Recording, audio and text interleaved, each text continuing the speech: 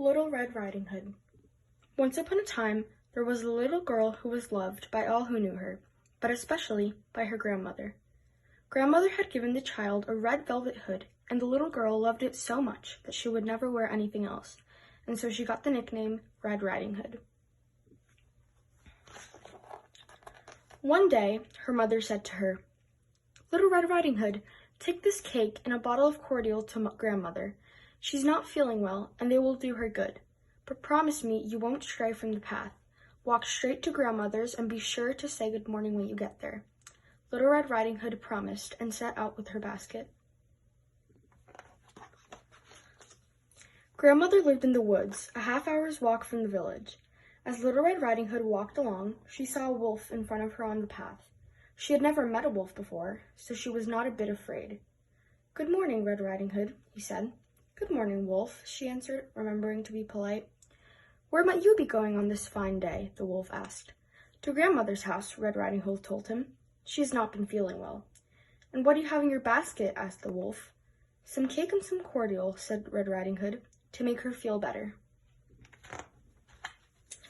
"Where does your grandmother live?" the wolf wanted to know.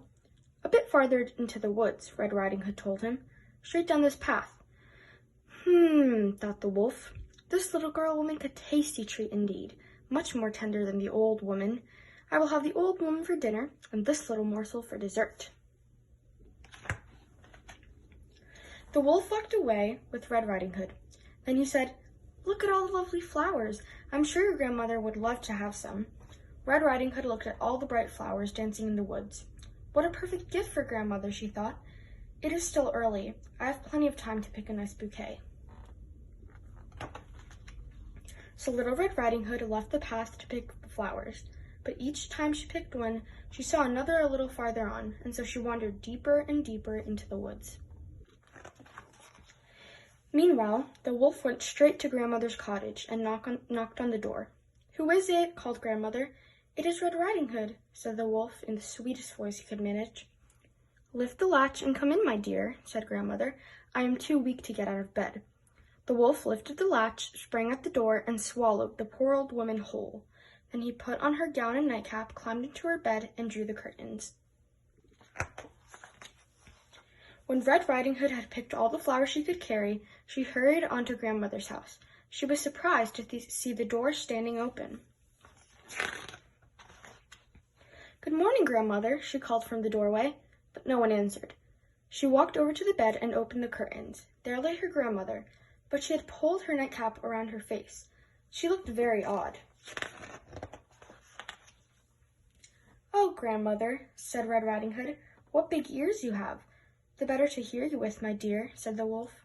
"Oh, grandmother, what big eyes you have." "The better to see you with," said the wolf. "Oh, grandmother, what big teeth you have," said Red Riding Hood.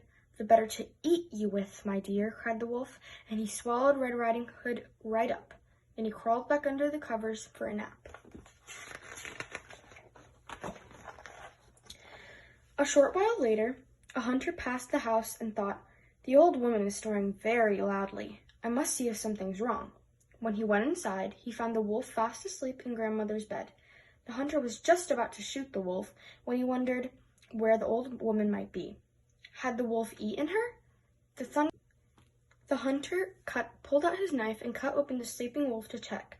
The first thing he saw was a little Red Hood, and Red Riding Hood jumped out. Then out climbed her grandmother. The hunter sent Red Riding Hood to gather some big stones. Then he filled the wolf with stones and sewed him back up.